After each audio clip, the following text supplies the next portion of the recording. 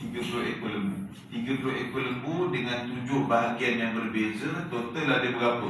Kalau 70 ekor, ada beratus-ratus lah, 200 lebih itulah lebih kurang.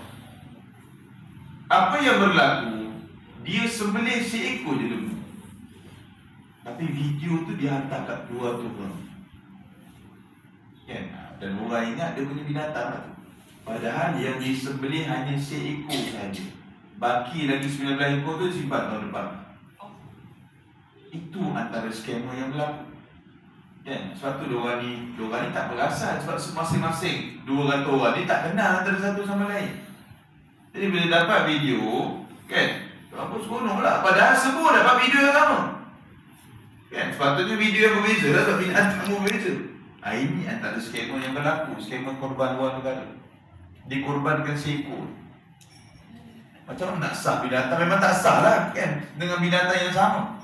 Jadi itu nak bagi tahu antara bentuk skema korban luar negara yang kita kena bercakap. Kan?